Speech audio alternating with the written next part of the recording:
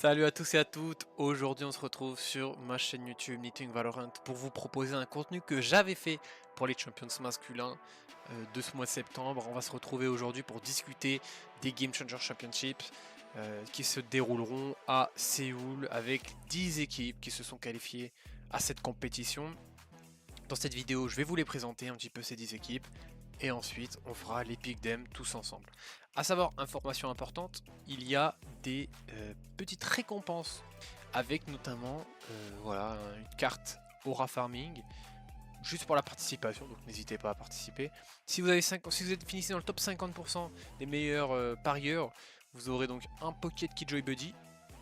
Si vous finissez dans le top 20, il sera cette fois-ci en gold. Et si vous avez tout bon, vous avez le titre 100% qui sera directement donc dans votre inventaire, vous pourrez utiliser tout ça. Donc on va maintenant passer à la présentation un petit peu des équipes. J'ai noté 2-3 petits éléments qui sont pour moi intéressants de vous faire part tout simplement. Et on va en fait, je vais vous présenter une équipe et vous donner son point fort ou un élément qui va vous permettre peut-être de vous aider aussi à comprendre mieux la qualification de l'équipe, le niveau de l'équipe, ce genre de choses. Donc on va commencer pour les Pacifiques. Les deux équipes pacifiques qui sont Xipto Esport et Ninetales. On va commencer par le site 1 Xipto Esport qui se sont donc qualifiés dans un tournoi de qualification.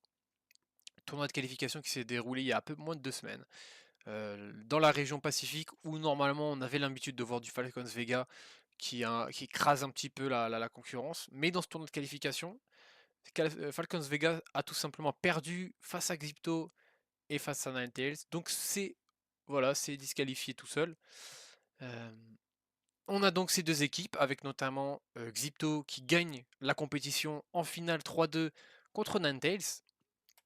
Et on a du coup Ninetales qui est l'équipe numéro 2 avec notamment Full Moon comme vous pouvez voir qui a mis tout simplement un plus 22 lors de cette finale, cette confrontation 3-2 contre Falcons Vega.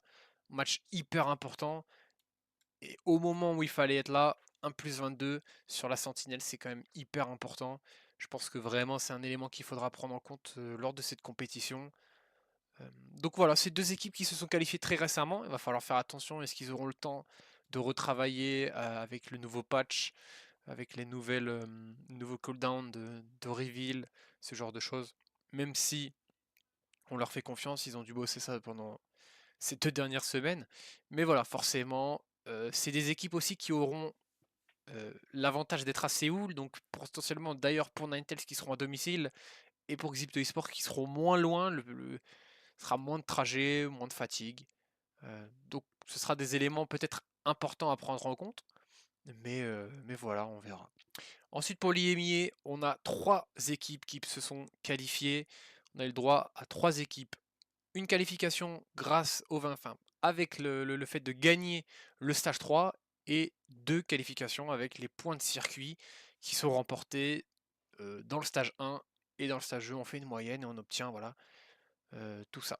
Donc on obtient G2 Gozen, tout simplement qui est l'équipe que vous connaissez tous, qui est le gagnant de 2022, qui a maintenant un effectif très intéressant avec notamment Akita qui vient d'arriver donc chez G2 Gozen cette année, Vania de chez BBL, et bien sûr l'effectif qu'on connaît, Petra qui est revenu, Ami qui est là depuis quelques années, et Mimi qui est là depuis bien sûr le début en fait de G2 Gozen. Donc voilà, ils ont gagné ce stage 3, ils ont eu un petit peu de mal cette saison, et puis dans ce stage 3, ils remportent. Donc ça va être vraiment super intéressant, je pense que voilà, ça va être une équipe où il va falloir faire très attention. Information hyper intéressante, c'est que le gagnant d'IMIA Stage 3 et le gagnant NA Stage 2, donc les deux qualifications, que ce soit celui du Stage 3 IMIA et du coup bon, Stage 2 NA, remportent directement le fait de jouer contre une équipe censée être moins bien classée en fait. Ils jouent une équipe qui sont censées être moins fortes. Donc ça c'est un point intéressant. Parce que en tout cas, c'est des équipes qui se sont qualifiées, qui sont par exemple le site 3 EMEA, le Last Chance Qualifier America. Donc voilà, c'est des équipes qui sont censées être moins fortes. Voilà, le Ninetales, euh, le site 2 Pacifique. En fait, ils joueront pas un site 1. Ça, c'est un élément intéressant à avoir. Alors que par exemple, Carmine joueront le seed 1 Pacifique. Donc ça, c'est un petit gain qu'auront les deux équipes qui sont censées être le mieux seedées en Europe et en A grâce aux performances récentes. On a ensuite Carmine Corp, comme je viens de le dire, qui ont absolument éteint lors du stage 1 et du stage 2, et qui ont malheureusement lors de ce stage 3 été un petit peu moins dans le bon. Ce qu'il faut se rassurer, c'est qu'ils ont perdu contre G2 et contre Giantis, qui sont les deux équipes qualifiées. Donc un point de vue plutôt rassurant, mais cependant, on a quand même dans l'effectif, par exemple, Glance, championne du monde 2022, et des joueuses de renom. Donc tout simplement, je pense que ça va falloir faire très attention, que ce soit ces deux équipes G2 Gozen ou Carmine. Ils sont pour moi dans les favoris. Ensuite, Giantix qui est en fait l'équipe Seed 3 Europe, mais on va dire qui est toujours voilà, un petit peu en dessous. Ils ont fait deux top 2 malgré tout quand même en stage 1, stage 2. Ils font un top 3 là en stage 3. Ils sont en fait une bonne équipe, une très bonne équipe, mais elles n'ont jamais réussi à gagner vraiment quelque chose. Donc ça va être intéressant de voir. Malheureusement là, ils subissent en fait le fait de devoir jouer un match de plus. Et ça c'est quand même aussi terrible, notamment contre MIBR qu'on va voir un petit peu juste après. Mais voilà, effectif qu'on connaît, l'ancienne joueuse notamment G2, des joueuses BBL, FUT, et un effectif qui a eu, voilà, qui a fait un changement lors du stage 3, qui est revenu avec son effectif comme celui-ci, qui est maintenant prêt. Voilà, il va falloir voir un petit peu ce qu'on aura avec tout ça. Moi, je pense qu'on peut leur faire confiance aussi hein, pour faire une bonne run. Mais voilà, c'est une équipe qui sera normalement légèrement moins forte que nos deux seeds 1 et 2 EMI. Ensuite, le seed 1 Chine, qui est Nova eSport. Nova eSport, dont je ne connaissais pas forcément l'existence avant la compétition. Qu'est-ce que je peux vous montrer? Bah tout simplement c'est ça. Aucune défaite en 2025 dans la compétition. Chine, stage 1, stage 2. Et encore plus, 22-4 sur les maps cette année. C'est un élément incroyable. Et voilà, moi ce que j'ai noté, c'est que Shizari, c'est un élément hyper important de l'équipe, qui était donc, si vous vous en rappelez, si vous connaissiez un petit peu chez SMG GC en 2023, l'équipe où on a notamment Alexis, qu'on connaît, qui a fini top 4 en 2023. Donc c'est une joueuse quand même qui est actuellement en Chine, mais qu'on connaît depuis quelques années. Donc ça va être intéressant, ça va être intéressant. Je pense que c'est une équipe qui peut surprendre parce qu'en fait on manque quand même de data contre les équipes européennes ou ce genre de choses. Voilà, comme vous pouvez le voir, c'est une équipe qui pour l'instant n'a que joué contre des équipes chinoises. Donc on manque de data. Moi, malheureusement, je les considère pas comme des vrais contenders. On verra un petit peu, mais moi, je les considère pas comme tels. On verra ce qu'ils pourront faire. Mais voilà, moi, j'ai très hâte de voir ces matchs. Ils seront potentiellement très intéressants. Ensuite, en NA, on a donc Shopify Rebellion Gold, l'équipe, le grand favori de cette compétition, avec l'effectif Mel, Alexia, Dodonut, Noya et Sarah, avec notamment le remplacement cette année de Florescent par Dodonut, chose que je connaissais pas avant cette année. Là, on a un effectif qui est très très très solide. J'ai même noté que voilà, ils ont complètement, enfin ils ont vraiment détruit en fait, hein, encore une fois cette année-là, en Game Changers, et ils ont même eu l'opportunité de faire le stage 3 des VCL NA. Donc ça c'est un élément hyper important. Mais ils ont perdu les qualifs 1 et les qualifs 2 et ils ont perdu leur slot pour 2026, très récemment. Donc c'est un élément à prendre en compte. Mais voilà, c'est la seule équipe en fait hein, qui joue en VCL, qui a joué en VCL, qui a le niveau VCL. Donc ça c'est un point très très très très important à prendre en compte. Je pense qu'on a dans cet effectif-là potentiellement 3, voire peut-être 4 euh, joueuses qui sont potentiellement les 4-5 meilleures joueuses du monde. Donc vraiment, il va vraiment vraiment vraiment falloir être très très solide pour les battre. On verra hein, ce qu'ils feront. Mais pour moi, c'est des grands grands favoris. Ensuite, pour les qualifications des LATAM Main Event, on a Crew Blaze. Donc Crew Blaze qui subit un petit peu comme le site chinois. Malheureusement, voilà, c'est des équipes qui sont un peu moins, censées être un peu moins fortes, qu'on connaît un peu moins. Donc on a un peu du mal à savoir, mais on sent quand même une domination, notamment là. dans la finale du Régional 3-0 contre Akavi Sport. Donc voilà, hyper impressionnant. Ensuite, on peut voir hein, le fait d'avoir gagné ce main event de cette année. Après, voilà, c'est une année où on voit qu'ils ont fait des victoires. Il y a quelques petites défaites, des petites séances là contre University War. Mais dans l'esprit, c'est une bonne équipe, va falloir faire attention à eux. Je les considère pas comme des prétendants, un petit peu comme les Chinoises. On verra. Moi, j'ai très hâte. Ensuite, pour les Brazil Finals, la qualification grâce au Brandis Finals, on a Team Liquid Brazil qui est une équipe hyper forte. Comme vous pouvez le voir sur cette année, une seule défaite face à MIBR, une seule défaite. On sait très bien le parcours qu'ils ont fait, notamment l'an dernier, euh, non, il y a 2 ans, dans les qualifications, enfin dans les Worlds, dans les Champions. C'est une équipe très solide, gagnant du stage 1, perdant du stage 2 malheureusement, mais là ils se qualifient directement contre MIBR qui les avait battus quelques semaines auparavant. Donc voilà, très fort. Il va vraiment falloir faire attention avec eux. Pour moi, ils sont aussi dans le top 5. On les connaît, hein. C'est des joueurs qu'on connaît vraiment bien. Donc on verra. Mais en tout cas, moi je suis vraiment très impatient de les voir jouer. Je sais que à chaque fois Team Liquid ils nous déçoivent pas. Donc voilà, ça va être hyper intéressant. Et pour finir, la dernière équipe qui est MIBRGC, en fait, qui s'est qualifiée donc aux Americas LCQ, la Chance Qualifier.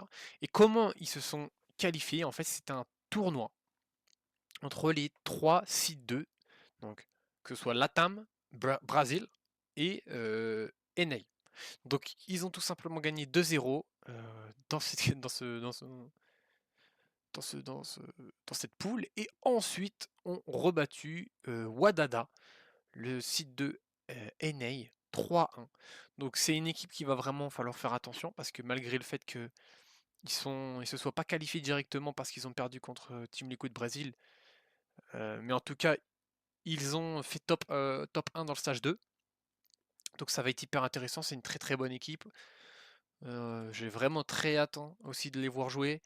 Mais voilà, dans l'esprit on a quand même 5-6 contenders au titre. Une équipe qui est vraiment favorite, mais ensuite on va voir ça. On va partir sur les pics d'Em et puis tout simplement on va en discuter juste après. Donc pour les pics d'Em, on va partir. Hop, on va make les picks et on va tout simplement voir les rencontres qu'on a là. Comme je vous ai dit tout à l'heure, les équipes moins bien seedées de chaque région sont perdent en fait un match, ils vont devoir jouer un match de plus, donc notamment MIBRGX comme on en a discuté juste avant, mais aussi Ninetales contre Nova Esports. Moi ici, Ninetales Seed 2 Pacifique, je les considère comme ayant fait un peu plus de preuves, ils ont battu Falcons Vega. Nova, on n'a aucune data, mis à part avoir regardé un petit peu les datas, regardé un petit peu des VOD où on voit qu'effectivement ça joue, mais contre des équipes de très grande qualité, on n'a pas encore d'informations. Donc moi je vais partir sur Ninetales et pour MIBR-GX, malgré le fait que GX soit l'équipe européenne, je pense que MIBR est légèrement au-dessus, étant donné qu'ils sont un petit peu en dessous de Team Liquid, mais que c'est une très bonne équipe de Valorant. Ensuite pour les matchs, donc c'est en gros les quarts de finale winner bracket finalement, on peut un petit peu appeler ça. G2 Ninetales, je pense que G2 est quand même bien favori. Après, ça faudra voir un petit peu parce que par exemple les équipes où on manque de data comme Nova, s'ils nous surprennent et que finalement c'est une équipe qui est très solide, voilà, ça va être difficile de prévoir tout ça. Mais en tout cas, avec les datas que j'ai, moi j'ai envie de penser que G2 sera favori dans ce match. Ensuite, contre Crew, enfin, entre Crew et Team Liquid, je pense que Team Liquid a montré quand même des choses quand même vraiment superbes dans cette année. Je les mets gagnants sur ce match. Ensuite, MIBR, Shopify Rebellion. Je suis désolé hein, pour MIBR, malgré le bien que j'ai dit. Là, Shopify, ils vont passer des étapes. Hein. Je vais souvent les cliquer, vous allez voir. Xipto contre Cassé, malgré le fait que Xipto a vraiment fait un bon tournoi récemment, je pense que Cassé, qui est une équipe européenne, voilà, qui est le seed 1, on va dire, à peu près européen, je pense que l'Europe, en termes de GC, est une référence. Donc, si tu es seed 1 en Europe, c'est qu'il y a quelque chose. Je vais mettre Cassé directement. Ensuite, on va passer. On va d'abord faire le winner. On va attendre. Après, on va laisser la finale. On va faire le loser et on finira par la finale. Donc, pour le winner, G2 Team Liquid, ça va être un match hyper intéressant. Honnêtement, extrêmement dur à pronostiquer, mais je dirais qu'avec les performances vraiment très récentes des G2, ça peut vraiment être superbement intéressant de voir ce match. Ouais. J'ai bien envie de mettre G2 sur ce match. Ensuite, Shopify cassé. Bah, malheureusement pour casser là, tomber directement sur Shopify là directement en demi-finale winner, bah écoutez, ça sera malheureusement une défaite pour eux qui tomberont directement donc dans le loser bracket.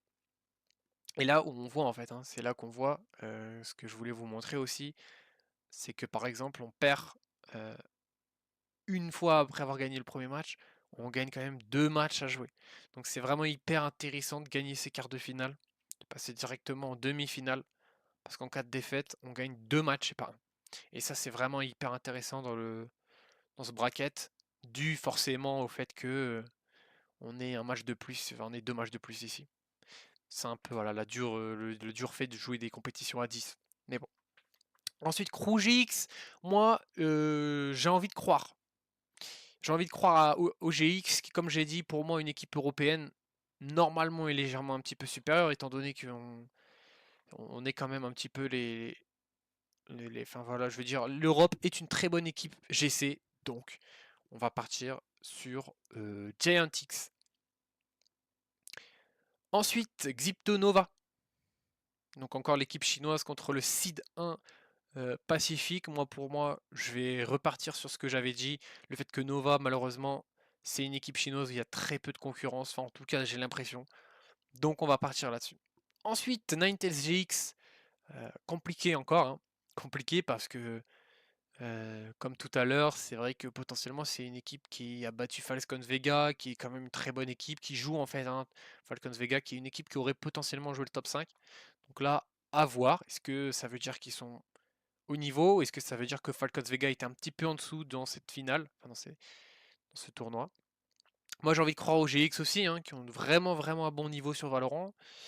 Et pour MIBR Xip, moi j'ai envie de recroire aussi euh, à MIBR, tout simplement. Je pense que MIBR est une équipe très forte parce que malgré le fait qu'ils perdent contre Team Liquid, bah voilà, ils perdent contre Team Liquid. Hein, c'est pas, tu perds pas contre l'équipe du coin, tu perds contre Team Liquid Brésil. Donc c'est vraiment dur. Pour moi, voilà, le top 6, déjà, on l'a là. G2, Shopify, KCGX, Team Liquid et MIBR. Et en fait, j'ai envie de vous dire que voilà, pour moi, euh, dans cette compétition, et encore pour le moment, peut-être que les NA, les Européens et les joueurs brésiliens sont peut-être supérieurs, légèrement supérieurs, je pense, au reste du monde en termes de compétitivité. Mais à voir, en tout cas, c'est mon avis pour le moment, de ce que j'ai pu voir, la compréhension un petit peu de la méta. Et, et de comment jouer, quel agent, tout ça. J'ai vraiment l'impression que dans ces régions-là, bah, notamment avec Shopify, qui joue en VCL, j'ai l'impression que c'est des équipes qui, qui ont potentiellement le niveau hein, VCL. Donc, hyper intéressant de voir ça. Ensuite, KCGC, continuons. KCGC, on le sait, le Seed 1 Europe, malgré la défaite récente contre JX 2-1, la victoire sera cette fois-ci pour KC. Ils retrouveront cette fois-ci Team Liquid. Team Liquid qui a battu récemment UBBR, qui est quand même, je pense, quand même malgré tout supérieur. Et ensuite, on a le top 4. Encore une fois, moi je partirai sur Carmine, parce que Carmine, on les a vus cette année, ils ont joué, elles ont joué, donc il va falloir faire très attention à elles. Voilà. G2 Shopify, parce que finalement j'ai un petit peu oublié. Ben, j'ai envie de vous dire Shopify encore une fois, malheureusement pour G2 et malheureusement pour l'Europe. Et puis dans cette finale G2 cassé, malgré encore une fois la défaite de cassé contre G2, j'ai envie de partir sur Carmine Corp qui voilà, a gagné ce stage 1, a gagné ce stage 2, n'a pas fait une performance médiocre hein, dans ces derniers matchs. Ils ont perdu 13-9, 13-9. Enfin, ils ont gagné 13-9, ils ont perdu 13-9, 13-9 contre G2, je crois. Donc c'est des matchs qui sont pas sided, voilà. Ça se joue à des petits rounds, ça se joue à des échos, des gun rounds. Donc c'est à tout moment, ça peut dérouler. Surtout que ce sera du BO5 à ce moment-là, hein, contre G2. et on sait très bien que KC auront les épaules. Pour cette finale, grande finale des Game Changers Séoul, eh ben, malheureusement pour Carmine Corp, ce ne sera pas ce titre mondial, mais ce sera pour Shopify Rebellion, qui pour moi voilà, est l'équipe au-dessus de cette compétition. À voir, hein, à voir, mais j'ai vraiment hâte de voir euh, comment quelle sera la différence de niveau entre Shopify et le reste. Moi, pour moi, Shopify est au-dessus. Mais voilà, on verra bien, peut-être que je me trompe. Mais en tout cas, si vous voulez remplir ce pick dem, les amis, n'hésitez pas. Et puis n'hésitez pas aussi à me dire votre avis en commentaire, si vous avez kiffé un petit peu le concept. Et voilà, c'est à peu près tout. On se retrouve tous les jours sur Twitch, sur Nightwing Valorant, sur YouTube, les gars, du contenu tous les jours, sur TikTok aussi. Et voilà, donc n'hésitez pas à me dire dans les commentaires votre avis sur ces pick dem. Et on se retrouve une prochaine fois. Ciao.